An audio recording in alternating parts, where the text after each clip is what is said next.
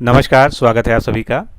समीक्षा अधिकारी, सहायक समीक्षा अधिकारी में विगत वर्षों में जितने भी प्रश्न पत्र अभी तक उपलब्ध हैं, उन सभी का एक संकलन करते हुए हम लोग खंडवार यानी विषयवार प्रश्नों को सॉल्व करेंगे।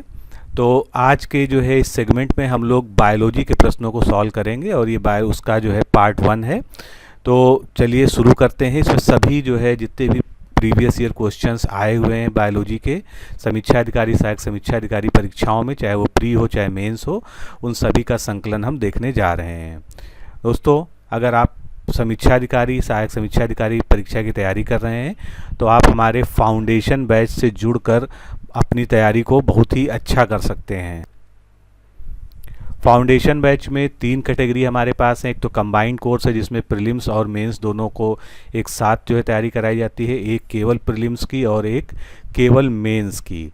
इसमें जो है आपको रिकॉर्डेड वीडियो लेक्चर्स दिए जाते हैं सभी टॉपिक्स पे, सभी सिलेबस को कवर करते हुए उनके पीडीएफ में नोट्स दिए जाते हैं, टेस्ट सीरीज दी जाती है, साथ में जो है टेलीग्राम ग्रुप माध्यम से अभ्यास भी कराया जाता है, निरंतर आपका मार्गदर्शन भी किया जाता है, डाउट्स क्लियर किए जाते हैं। बाकी ज़्यादा जानकारी के लिए आप RO फाउंडेशन कोर्स लिखकर 9506742546 पर व्हाट्सएप कर दीजिए। आपको रिप्लाई में सब कुछ विस्तृत रूप से जो है बता दिया जाएगा। तो शुरुआत करते हैं। बायोलॉजी का पहला प्रश्न देखते हैं। कीटों यानी इंसेक्ट्स के वैज्ञानिक अध्ययन को क्या कहते हैं? यानी इंसेक्ट्स के जो है साइंटिफिक स्टडी को हम क्या कहते हैं? ये सारी ब्रांचेस के नाम दिए हैं, इसमें से एक सही है वो आपको बताना है। इक्थियोलॉजी, एंटेमोलॉजी, पैरासिटोलॉजी या मैलेकोलॉजी। तो इसमें से जो कीटों का वैज्ञानिक अध्ययन है वो क्या कहलाता है? एंटमोलॉजी कहलाता है। बी ऑप्शन हमारा सही है। बाकी के बारे में भी जान लेते हैं। एक्थियोलॉजी क्या है? एक्थियोलॉजी जो है मछलियों के बारे में जो अध्ययन होता है, उनकी संरचना, उनकी कार्यकी के बारे में वो इसमें कवर होता है। पैरासिटोलॉजी, जैसा कि नाम से ही स्पष्ट है कि इसमें पैरासाइट्स का अध्ययन होता है। पैरासाइट्स यानी जो परजीवी होते हैं उनका अध्ययन इसमें किया जाता है। और मैलोकोलॉजी, मोलस्का संघ के जो जीव होते हैं जैसे सीप, घोंघा, तो जिनमें जो है बाहरी खोल या आवरण पाया जाता है, उन सभी का अध्ययन जो है मैलोकोलॉजी में किया जाता है। अगले प्रश्न की ओर बढ़ते हैं। रेशम कीट पालन को क्या कहते हैं? रेशम के कीट पालन को हम क्या कहते हैं? यानी जो सिल्क वर्म होता है उसको पालना, उससे जो है सिल्क का प्रोडक्शन करना, ये क्या कहलाता है? तो इसको कहते हैं, बहुत ही फेमस है इसका नाम, सेरीकल्चर। सेरीकल्चर जो है रेशम कीट पालन को कहते हैं। अब बाकी ऑप्शंस पे विचार कर लेते हैं। एपीकल्चर क्या है? ये मधुमक्खियों का पालन होता है, यानी हनी बीज का पालन को कहते हैं। हॉर्टिकल्चर जो है बागवानी या फूलों, फलों, सब्जियों, मसालों की खेती को कहते हैं, जिसको बागवानी खेती कहते हैं। और फ्लोरीकल्चर क्या होता है? तो फ्लोरीकल्चर जो है, ये फ्लोरी लिख गया है, गलत है। फ्लोरीकल्चर जो है इसमें से क्या होता है? फूलों की खेती या पुष्प की खेती, यानी कल्टीवेशन ऑफ फ्लावर्स, ये कहलाता है फ्लोरीकल्चर। तो इस तरह से हमारा ऑप्शन सी यहाँ पर सही था। अगला प्रश्न देखेंगे। इनमें से बेमेल को ज्ञात करिए। यानी सारी जो है साइंस की ही ब्रांचेज दी हुई हैं, लेकिन 3 एक जैसी हैं, एक इसमें से अलग है, वो आपको यहाँ पर पता लगाना है। फिजियोलॉजी, साइकोलॉजी, पैथोलॉजी और बैक्टीरियोलॉजी। तो अगर आप ध्यान से देखेंगे तो इसमें से साइकोलॉजी जो मनोविज्ञान कहलाता है, मन का अध्ययन कहलाता है, वो अलग है। बाकी फिजियोलॉजी, पैथोलॉजी और बैक्टीरियोलॉजी ये क्या है? ये सभी बायोलॉजी की जो है ब्रांचेज हैं, जीव विज्ञान के अंतर्गत आती हैं। साइकोलॉजी जो है अलग है, इसमें जो है मस्तिष्क का अध्ययन या जो है मस्तिष्क के विचारों का अध्ययन कहलाता है, मनोविज्ञान जिसे हम कहते हैं हिंदी में। अगला प्रश्न। डायनासोर थे। डायनासोर के जब वो थे उनकी पीरियड के आधार पर बताना है कि सीनोजोइक सरीसृप थे, मीसोजोइक पक्षी थे, पैलियोजोइक एम्फीबियंस थे या मेसोजोइक सरीसृप थे। तो इसमें से सही उत्तर क्या होगा? तो डायनासोर क्या थे? डायनासोर जो है मेसोजोइक एरा में रेप्टाइल्स थे, सरीसृप थे। तो डी ऑप्शन हमारा यहाँ पर बिल्कुल करेक्ट होगा। अगला प्रश्न देखेंगे।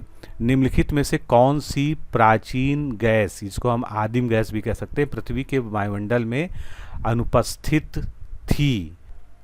तो सारे ऑप्शंस पे आप विचार करेंगे तो मीथेन, अमोनिया और कार्बन डाइऑक्साइड। ये गैसें ऐसी हैं जो हमारे आदिम वायुमंडल, जो प्रिमिटिव हमारा जो है एटमॉस्फेयर था, उसमें उपस्थित थी।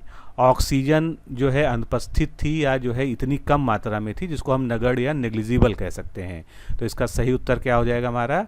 सी ऑप्शन हमारा यहाँ पर करेक्ट हो जाएगा। अगला प्रश्न देखेंगे, निम्नलिखित में से सील जो है आप जानते हैं एक समुद्री जो है जंतु है, ये किस जाति का है? मछली है, कोई पक्षी है, या एक रेप्टाइल है, या एक मैमल है, स्तनपायी है? तो सील इसमें से क्या है? सील इसमें से एक मैमल है, यानी कि एक स्तनपायी है, और ये जो है ऑर्डर कॉर्निवोरा के अंतर्गत आता है। अगला प्रश्न देखेंगे, इनमें से कौन सा एक कीट नहीं है? कीट ना होने का मतलब क्या है कि वो इंसेक्ट्स में नहीं आता है। इंसेक्ट कहते हैं कीट को। खटमल, मकड़ी, घरेलू मक्खी और मच्छर में से आपको बताना है कि इसमें से एक कीट नहीं है। तो इसमें से कीट की श्रेणी में कौन सा नहीं आता है? मकड़ी। मकड़ी एक कीट नहीं है, ये एक अलग क्लास जो है जो अरेक्निडा होता है, इसमें ऑर्डर अरेक्नी में आता है।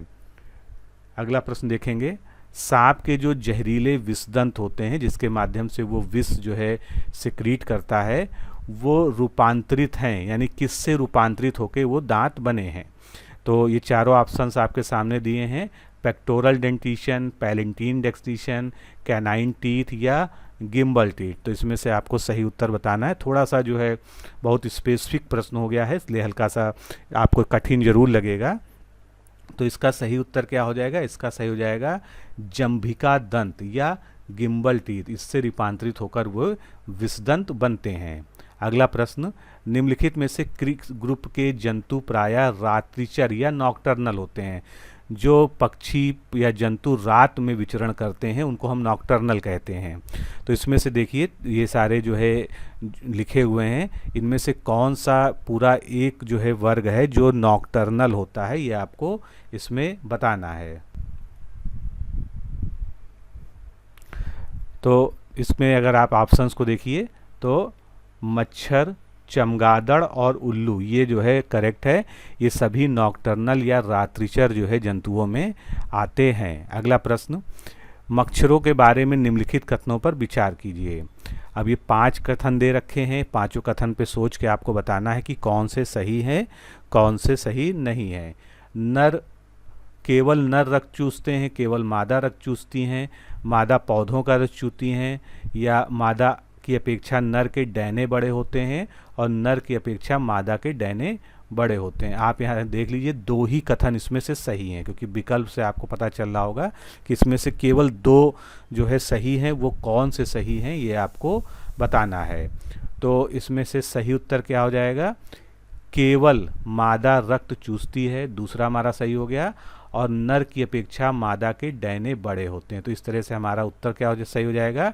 हमारा डी ऑप्शन यहाँ पर करेक्ट होगा। नेक्स्ट क्वेश्चन देखेंगे, निम्नलिखित पौधों में या पादपों में किसका संग्रह अंग यानी स्टोरेज ऑर्गन स्टेम नहीं है? आपने जो है कई सारे पौधों में जो है स्टेम जो है पढ़े होंगे कि उनके डिफरेंट जो है स्टोरेज ऑर्गन्स होते हैं। स्टेम किसका स्टोरेज ऑर्गन नहीं है ये आपको बताना है। तो इसमें से सही उत्तर क्या हो जाएगा? शकरकंद, डी ऑप्शन यहाँ पर करेक्ट होगा। इसमें जो है शकरकंद में जो स्टोरेज ऑर्गन है वो क्या होता है? रूट्स होते हैं। रूट्स ही जो है शकरकंद में स्टोरेज ऑर्गन के रूप में डेवलप होता है। तो डी ऑप्शन हमारा यहाँ पर करेक्ट होगा। अगला प्रश्न देखेंगे, निम्नांकित में कौन एक सुमेलित नहीं है? अब इसमें देखिए सभी से संबंधित है। अदरक राइजोम है या नहीं है? केसर एक बीज से प्राप्त होता है। अफीम जो है अफीम की डूडी से प्राप्त होता है। सन जो है तने से प्राप्त होता है। तो ये पता लगाना है इसमें से कि एक इसमें से जो सुमेलित नहीं है वो कौन सा है। तो अगर ध्यान से देखेंगे जो केसर वाला ऑप्शन दिया है, केसर बीज से नहीं प्राप्त होता है। केसर कैसे प्राप्त होता है? केसर जो है उसके फूल के वर्तिकाग्र यानी स्टिग्मा से प्राप्त होता है।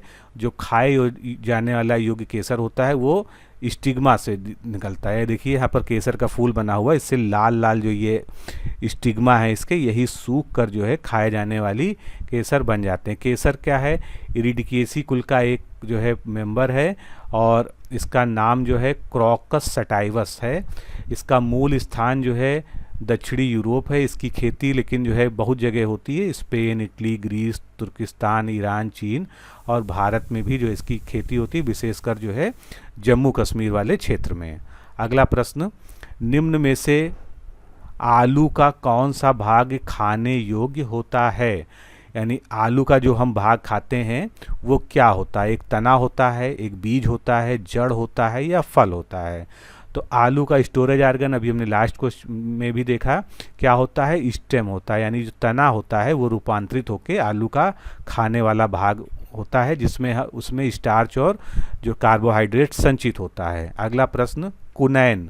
कुनैन क्या है? एक जो है दवा है या इससे जो है दवा बनाई जाती है। ये एक जो है केमिकल कंपाउंड है और मलेरिया के इलाज में इसका प्रयोग किया जाता है।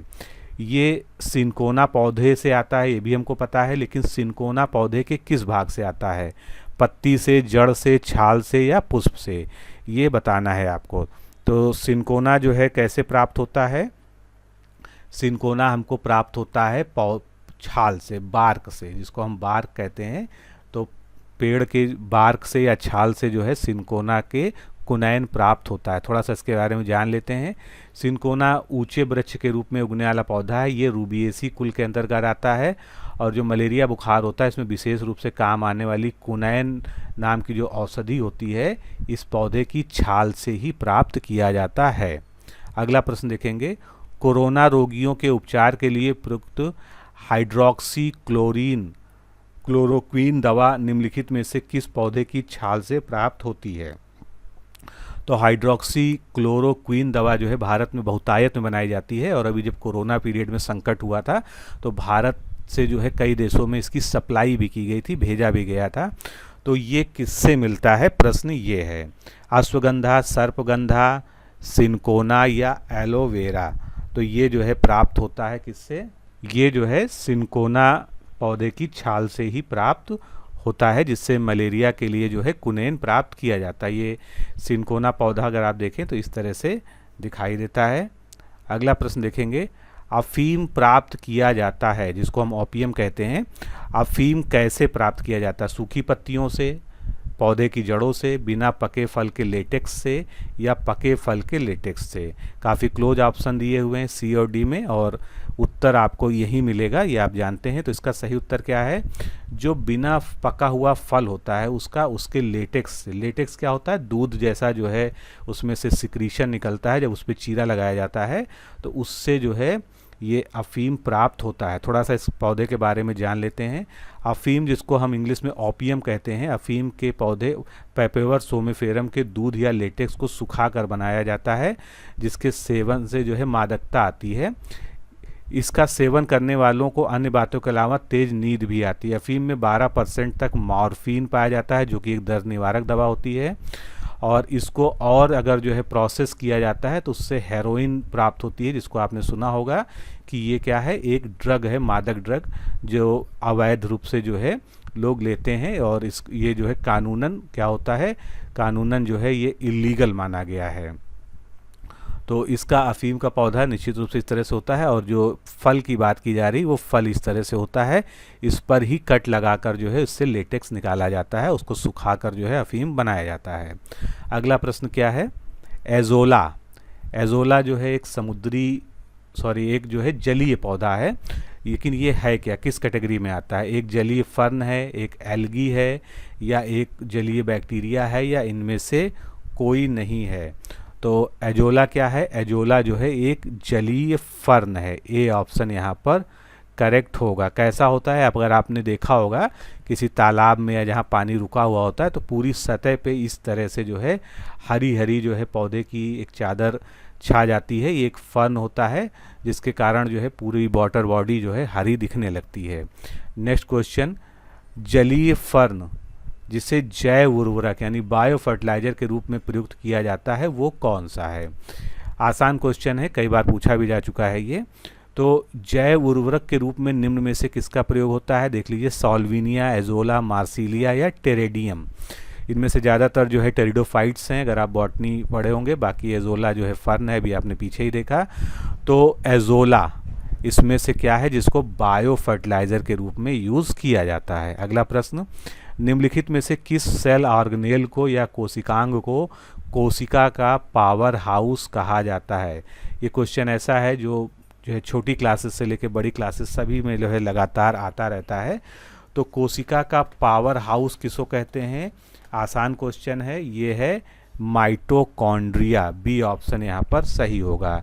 क्यों कहते हैं ये भी पता होना चाहिए, तो थोड़ा सा इसकी संरचना के बारे में जान लेते हैं। यूकैरियोटिक सेल्स में जो है ओवल या रॉड शेप्ड दोहरी झिल्ली से घिरा ये ऑर्गेनेल होता है माइटोकॉन्ड्रिया। इसका शुरुआती वर्णन सबसे पहले जो है इसके बारे में जो डिस्क्राइब किया था कॉलिकर ने किया था 1880 में, और इसको नाम दिया था सैक्रोसोम्स।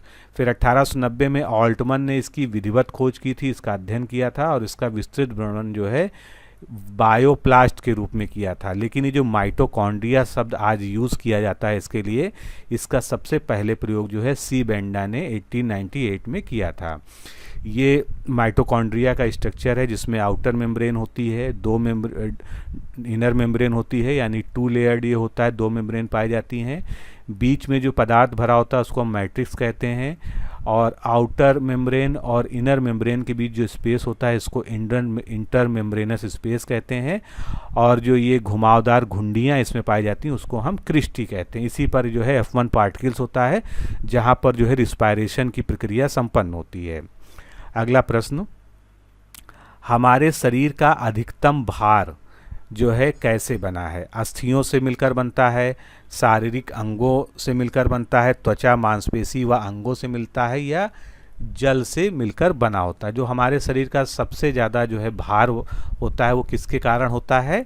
जल के कारण, जो कि मैक्सिमम जो है हमारे शरीर में जल पाया जाता है। अगर हम एक एवरेज केमिकल कंपोजिशन देखें एक कोशिका का, तो इसमें जो वाटर होता है वो 70 से 90% तक होता है।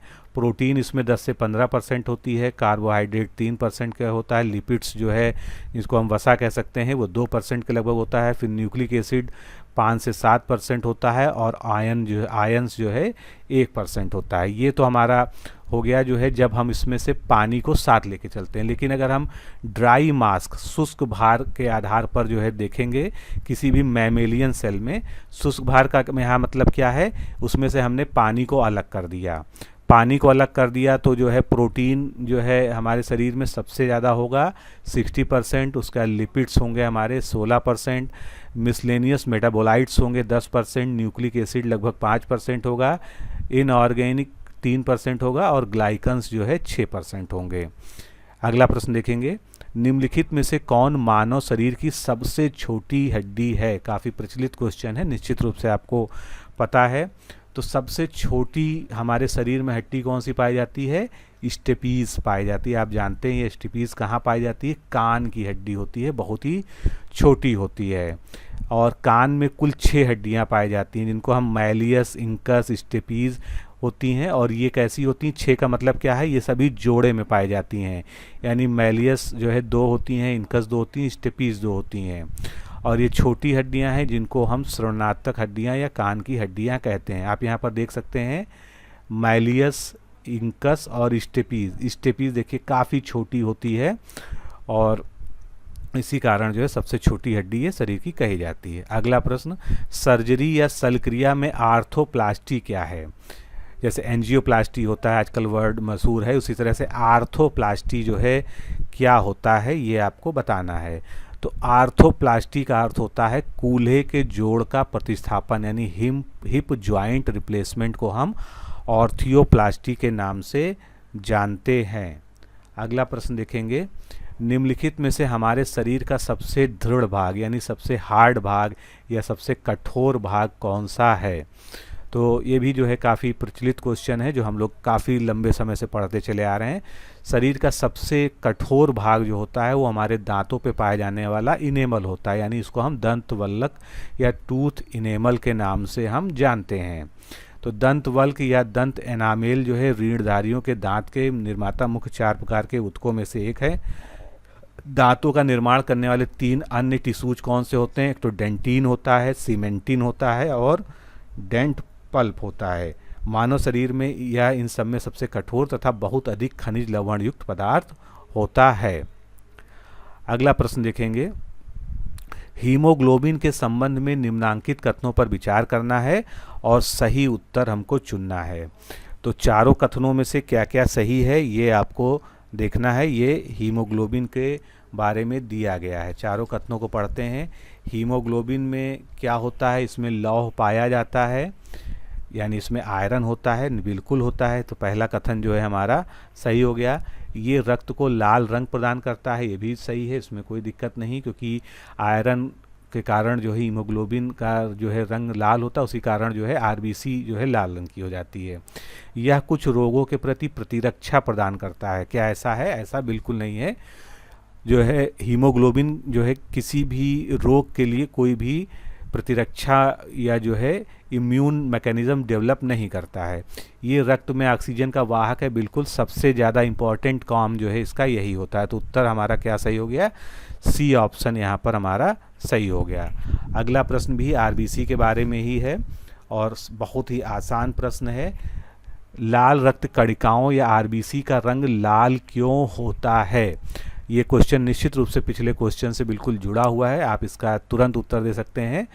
तो आरबीसी का रंग लाल क्यों होता है? हीमोग्लोबिन के कारण। अभी हमने डिस्कस किया इसके बारे में।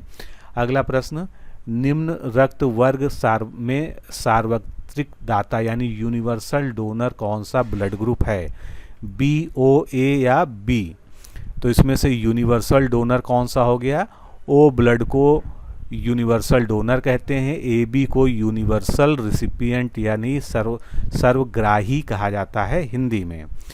ये आपके सामने ब्लड ग्रुप का चार्ट है जिसमें एंटीजन और एंटीबॉडी आपको बताई गई है। अगर ग्रुप ए की बात करेंगे तो ग्रुप ए में कौन सी एंटीबॉडी पाई जाती है? बी। हमेशा ध्यान रखिएगा, ए है तो बी पाई जाएगी, बी है तो एंटीबॉडी ए पाई जाएगी, ए बी है तो इसमें कोई भी एंटीबॉडी नहीं पाई जाएगी, ग्रुप ओ है तो उसमें ए और बी दोनों ही एंटीबॉडी पाई जाती है।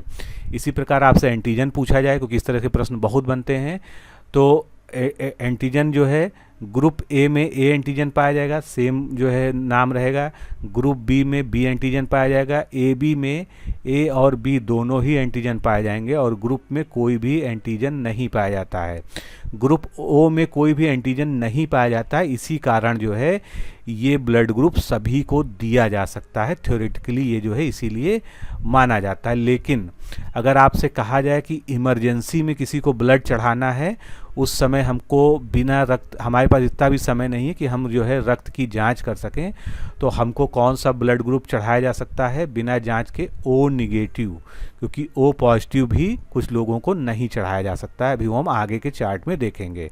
अब ये जो है आरबीसी का कॉम्पैक्टिबिलिटी टेबल है कि किस किस को क्या दिया जा सकता है। आप देखिए ओ निगेटिव जो है ये सभी ब्लड ग्रुप को, जितने भी आरएच फैक्टर के हिसाब से ब्लड ग्रुप होते हैं सभी को दिया जा सकता है। बाकी में जो है इसी तरह से ए बी प्लस जो है सभी से ले सकता है, ए बी प्लस वाले को छोड़कर।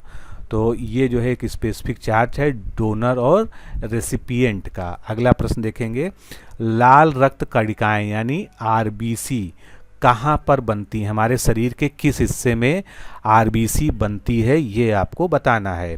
तो आरबीसी जो हमारी बनती है वो वहाँ बनती है बोन मैरो में बनती है, और इसमें भी पर्टिकुलर रेड बोन मैरो होता है, वहाँ पर आरबीसी का निर्माण होता है। तो आरबीसी का निर्माण हमारे रेड बोन मैरो में होता है तथा इसका जीवन काल 120 दिनों का होता है लगभग, और इसके पश्चात ये प्लीहा यानी जब 120 दिनों के बाद आरबीसी ख़त्म होती है, नष्ट होती है, तो स्प्लीन में जाकर ये मृत हो जाती है। इसीलिए स्प्लीन को ग्रेवयार्ड ऑफ आरबीसी या आरबीसी का कब्रिस्तान भी कहते हैं। हमारे ब्लड में अगर आरबीसी की गणना करनी हो तो उसके लिए एक यंत्र जो है प्रयोग किया जाता है जिसको हम कहते हैं हीमोसाइटोमीटर। और आरबीसी का जो निर्माण यानी आरबीसी के जो बनने की प्रक्रिया है वो क्या कहलाती है?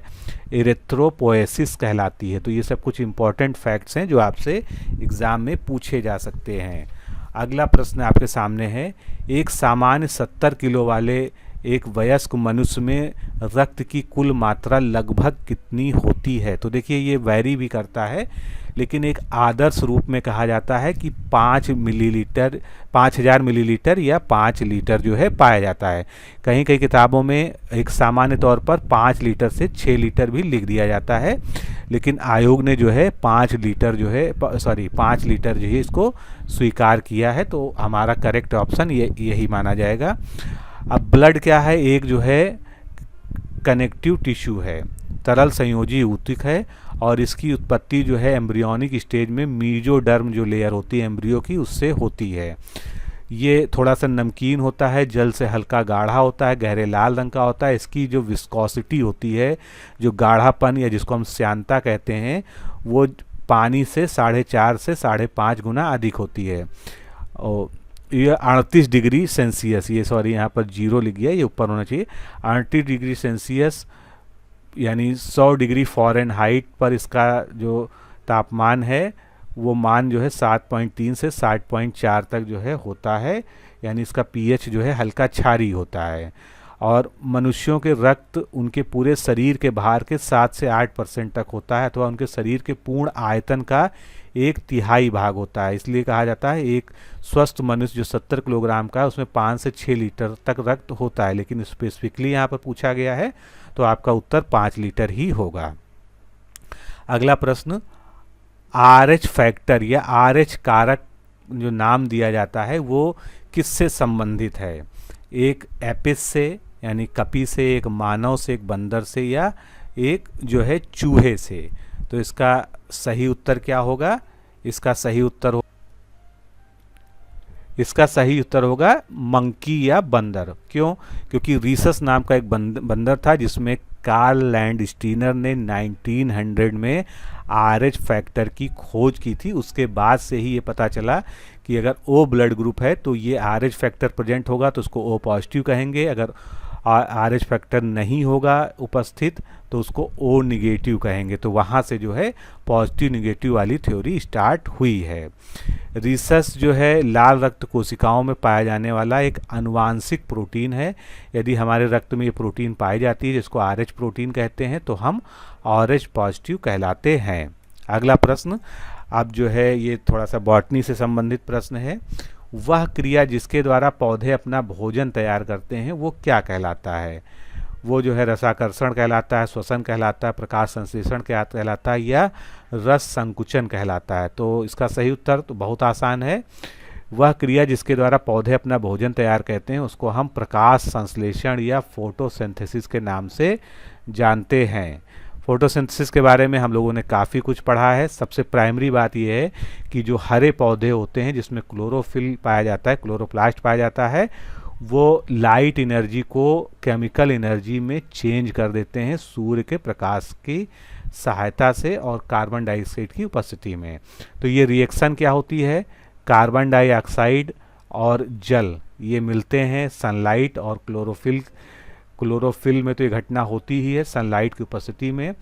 ग्लूकोज बनता है, ऑक्सीजन बनता है और जल, ऑक्सीजन भी इसमें एक बाई प्रोडक्ट के रूप में रिलीज होती है और जल भी इसमें एक बाई प्रोडक्ट के रूप में रिलीज होती है। तो ये पूरी जो है इसकी मोटी मोटी जो है केमिकल रिएक्शन है जिससे भी प्रश्न आते हैं।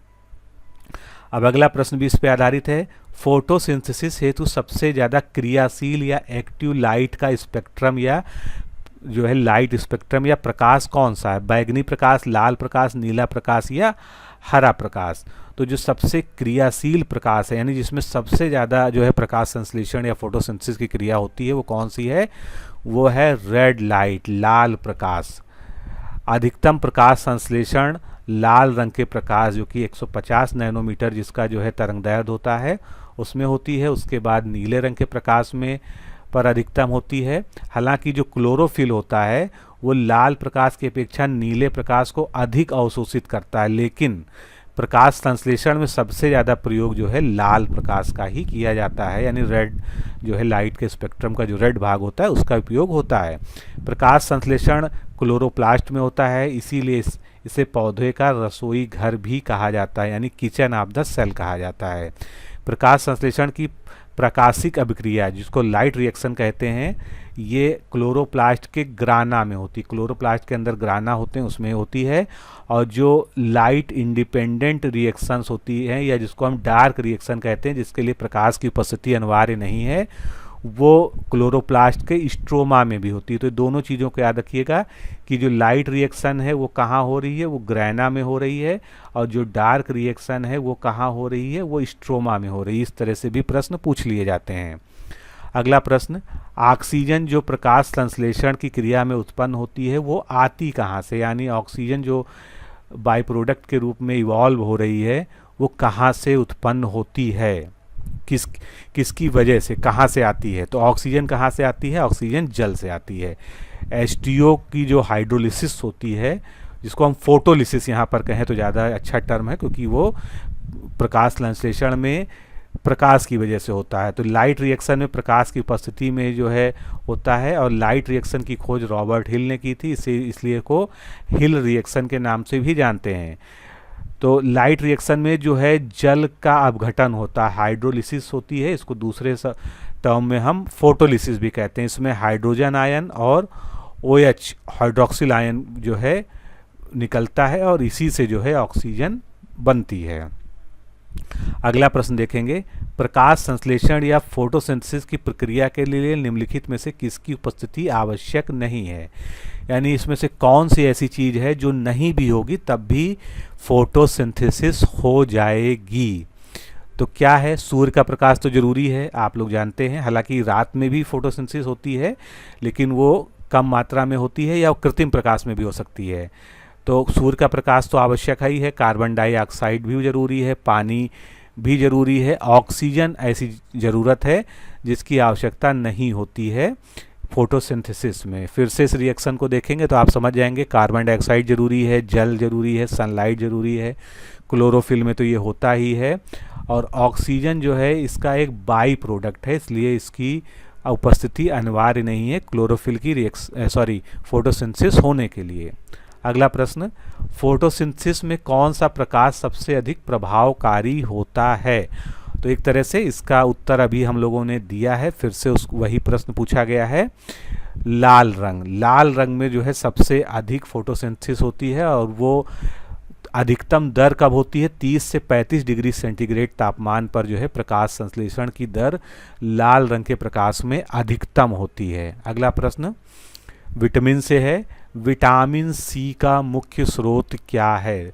वैसे तो सामान्य तौर पे हम लोग जानते हैं क्या, कि जो खट्टे फल होते हैं, खट्टी चीज़ें होती हैं, उनसे सी मिलता है। तो यहाँ पर ऑप्शंस के हिसाब से देखेंगे, कच्चे एवं ताज़े फल, उनमें जो है क्या होता है, विटामिन सी होता है, क्योंकि अधिकांश जो कच्चे फल होते हैं वो थोड़े से खट्टे होते हैं, और उनमें जो है विटामिन सी प्रचुर मात्रा में पाए जाते हैं। ये कई सारे एग्जांपल्स दिए हैं, जैसे आंवला, नारंगी, नींबू, संतरा, अंगूर, टमाटर, ये तो सिट्रस फैमिली के ही जो है फ्रूट्स हो गए, अंगूर, टमाटर, इनमें भी होता है। इसके अलावा अमरूद, सेब, केला, बेर, बिल्व, कटहल, सलजम, पुदीना, मूली के पत्ते, मुनक्का, दूध, चुकंदर, चौलाई, बंद गोभी, हरा धनिया और पालक में, इन सब में विटामिन सी अच्छे से पाया जाता है। कुछ हद तक दालों में भी विटामिन सी पाया जाता है, लेकिन वो मुख्य स्रोत नहीं होते हैं। आपका प्रश्न है कि मुख्य स्रोत क्या होता है। उसी से मिलता जुलता अगला प्रश्न आपके सामने आ गया, विटामिन सी का सबसे प्रचुर स्रोत कौन सा है। तो विटामिन सी का जो है सबसे प्रचुर स्रोत इसमें से कौन सा है, ये आपको देखना है। तो विटामिन सी का जो है सर्वाधिक प्रचुर स्रोत इसमें से कौन सा हो जाएगा, आप देखेंगे तो इसमें से संतरा, सी ऑप्शन हमारा करेक्ट होगा। इस सबसे ज़्यादा जो है एबेंडेंस में विटामिन सी इसी में पाया जाएगा। ये नींबू वर्गीय फल हैं, गोभी, ब्रोकली, पत्ता गोभी, स्ट्रॉबेरी इत्यादि में सबसे ज़्यादा विटामिन सी पाया जाता है। इसका जो है साइंटिफिक नेम एस्कॉर्बिक एसिड होता है।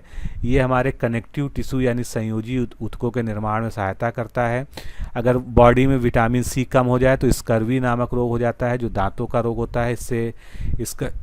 इसमें जो है दांत और बाल तो कमज़ोर होते ही हैं, त्वचा में दरारें पड़ जाती हैं, और हड्डियों के कमज़ोर होना भी इसका लक्षण होता है। और मसूड़ों से खून निकलने लगते हैं, दांत ढीले हो जाते हैं, और गर्म करने पर यह बेकार हो जाता है। क्या बेकार हो जाता है, विटामिन सी। यानी अगर आप जो है मान लीजिए संतरे का जूस पी रहे हैं, अगर आपने उसको गर्म करके पी लिया संतरे का जूस, तो उसमें से सारा विटामिन सी क्या हो जाएगा, डिस्ट्रॉय हो जाएगा।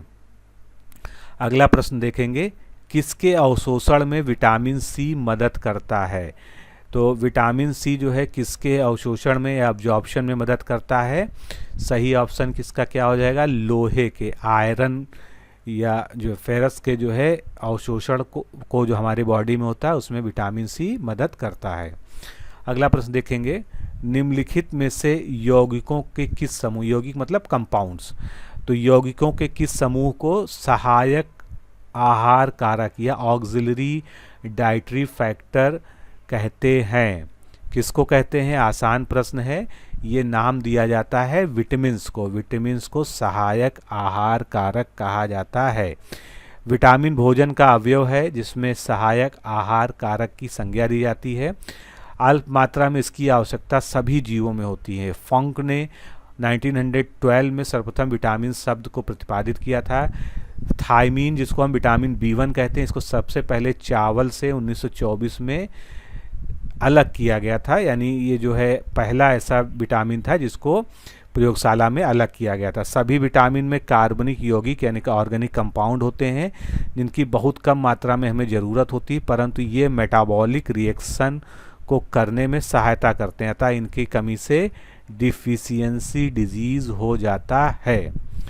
तो दोस्तों आज के इस सेगमेंट में हम यहीं पर जो है विराम लेते हैं और इस सीरीज को कंटिन्यू रखेंगे। आगे अभी और भी काफ़ी क्वेश्चंस जो है बायोलॉजी के हल कराने हैं, तो उनको हम आगे के पार्ट्स में सॉल्व करेंगे। तो अभी के लिए इतना ही। नमस्कार, धन्यवाद।